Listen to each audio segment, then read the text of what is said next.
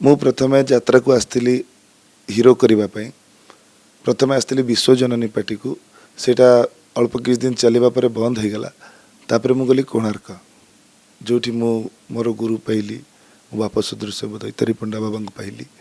ତାଙ୍କ ଅନୁସରଣରେ ମୁଁ ଚାଲିଲି ଏବଂ ସିଏ ମୋ ଭିତରେ କ'ଣ ଦେଖିଲେ ମୁଁ ଜାଣିନି, କହିଲେ ତୁ ଭିଲିଆନ୍ କର, ନେଗେଟିଭ୍ ରୋଲ୍ଟାକୁ କର। ତାଙ୍କ ଗାଇଡ଼ଲାଇନ୍ରେ ମୁଁ ଯେତିକି କରିଛି ଆଜି ସେଇଠି ହିଁ ମୁଁ ପହଞ୍ଚିଛି। ଯାତ୍ରାରେ ଯେ ଖଳନାୟକର ବେଶୀ ପଇସା, ଏଇଟା ସମ୍ପୂର୍ଣ୍ଣ ଭୁଲ। ଜଣେ ଭଲ ଅଭିନେତାର ହିଁ ପଇସା ଥାଏ। କିନ୍ତୁ এই কথাକୁ ଆପଣ ଅସ୍ୱୀକାର କରିବେ ଯେ ଯାତ୍ରାରେ ସର୍ବାଧିକ କାର୍ତ୍ତି ଖଳନାୟକଙ୍କର ଥାଏ। ଯେମିତି ସିନେମା ହିରୋଟିଏ ସିନେମାକୁ ଆକର୍ଷିତ କରେ, ସେମିତି ଖଳନାୟକ ଯାତ୍ରାକୁ ଆକର୍ଷିତ କରନ୍ତି। ନା, ଏଥିରେ ମୁଁ କେବେ ଏକମତ ହେବିନି। କାହିଁକି ନା ଯେଉଁ ପାର୍ଟିରେ ବାବା ନାହାନ୍ତି, ଦୈତାନନା ନାହାନ୍ତି, କି ଯେଉଁ ପାର୍ଟିରେ ସଞ୍ଜୟ ଭୋଳ ନାହାନ୍ତି, ଯେଉଁ ପାର୍ଟିରେ ବଡ଼ ବଡ଼ ଭିଲିଆନ୍ ଅଛନ୍ତି ନାହାନ୍ତି, ସେ ପାର୍ଟି କ'ଣ ଚାଲୁନି? ସେଠି ବି ହିରୋ ବେସ୍ କରିକି ନାଟକ କରାଯାଉଛି।